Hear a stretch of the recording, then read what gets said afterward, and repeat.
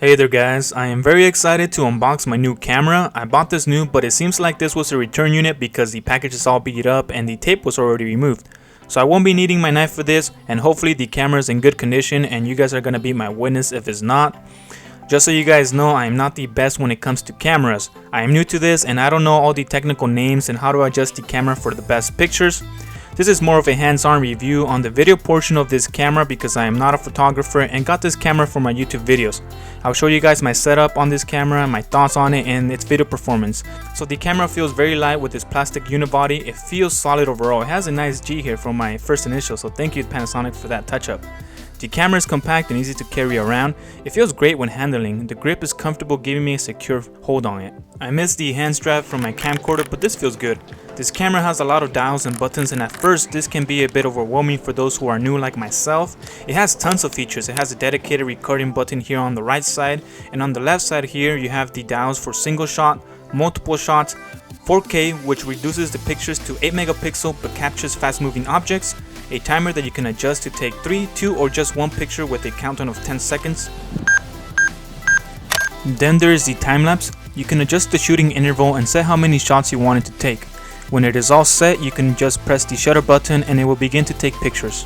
When it's done, it will ask you if you want to create a video and it will stitch it together. Then you have your bigger dial to choose your mode, and I will keep mine mostly on automatic for now.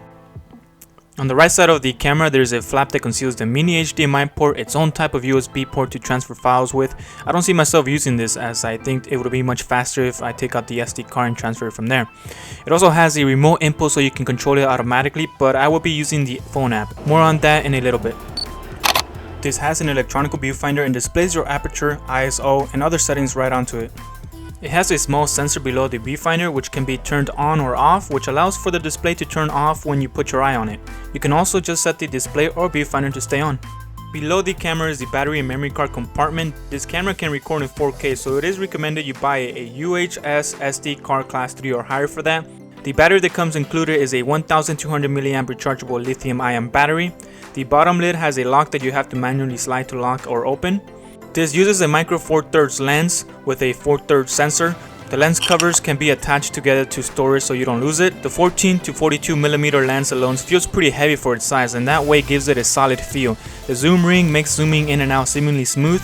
The focus can be adjusted with the focus ring on the end. I can play around with the zoom without having any friction hindering the movements. The magnetic pins are in one side and the magnetic traction is very strong. The red dot here indicates where to start from, so it is a pretty simple process. To remove the lens, there is a button on the right of the lens you need to press to demagnetize the pins to remove the lens. So using this with my tripod, it was a bit of a pain when wanting to swap out the batteries because the battery compartment is below and I would have to remove the quick release mount and unscrew it to access the battery. I was only able to take out the SD card with the quick release mounted on the camera.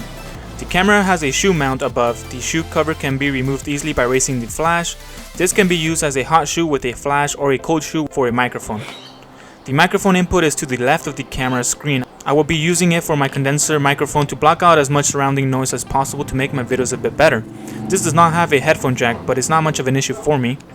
Luckily I had this camera mount lying around and now it serves as my extender adapter, so with the adapter I can easily swap out the battery and continue shooting without having to go through all the trouble of removing the quick release mount every time I need to swap out my battery.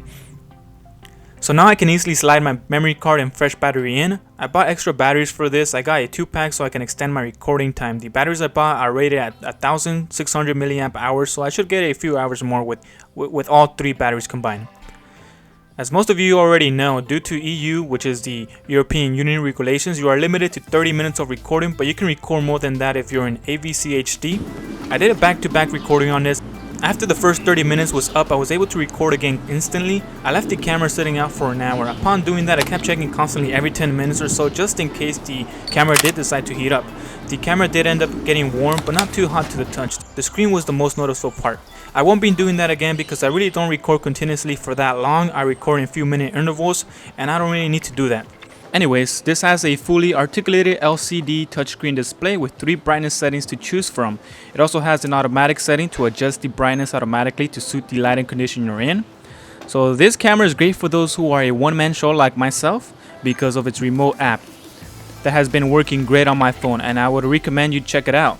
So getting a remote connection was simple. Just scroll down to the Wi-Fi settings and click on the Wi-Fi function, then on a new connection and choose remote shooting and view. Or you can choose the one where you upload your images automatically there. So I haven't tried it out yet. I'm not sure how well that works. So now you just go and open the image app on your phone. So this is also great for when you want to take a picture with your date and you don't have that third person to take a picture of you guys. And if you carry around your tripod and everything, you can set it up there and have a good picture. So check out this phoneception here. When you record the phone on remote view with the camera, you can see it just keeps on going and it's never ending.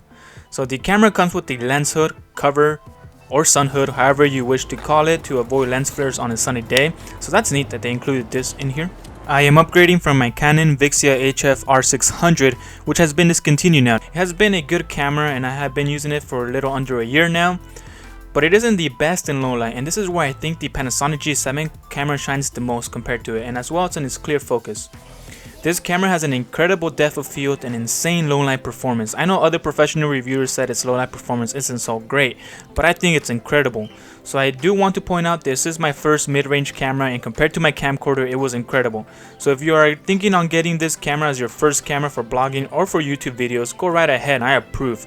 Not that you need my approval or anything, but... So here are a few comparison clips and I will let you guys be the judge of its low light performance. So here's the side-by-side footage and you can see that all the noise from the Canon Vixia is completely gone in the G7. So I can take some great shots with minimal light source.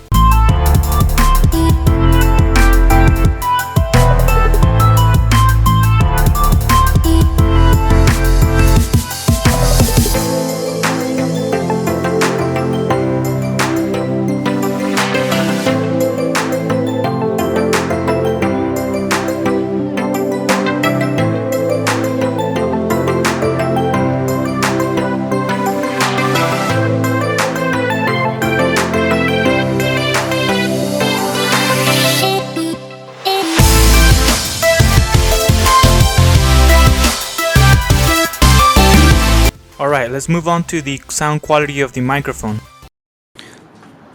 So this is what the internal microphone of the camera sounds like, and I went ahead and bought a new camera bag, and this is the Amazon basic bag with the orange interior, which looks pretty cool to me. And this is a bigger bag so I can fit more of my stuff in there. And so yeah, this is just a quick sample of the audio quality on the camera, and to me it sounds really good. So one thing to note here is that the autofocus is not that fast. So if you plan to use this camera for tracking fast movements such as parkour, free running, or keeping focus on a moving car, it will struggle a bit, but the camera focuses quickly when you touch on the screen, but not as good automatically. Like I mentioned before, the camera has quite a few filters and lots of modes to choose from to take pictures, and you can also choose the same filters to record with. When you set the camera to record mode, you can manually adjust the ISO and exposure to compensate for a dimly lit room or a bright sunny day. So lastly, it comes with a strap. This is the first time I put on one of these, and so hopefully I did it right. It looks perfect to me. The strap is not the most comfortable, but it does its job. From now on, the videos that I will be uploading to YouTube will be captured on the Panasonic G7. So this is a great camera for beginners. It offers some great video recording performance. So that concludes my hands-on review, and thank you for watching. I will see you next time.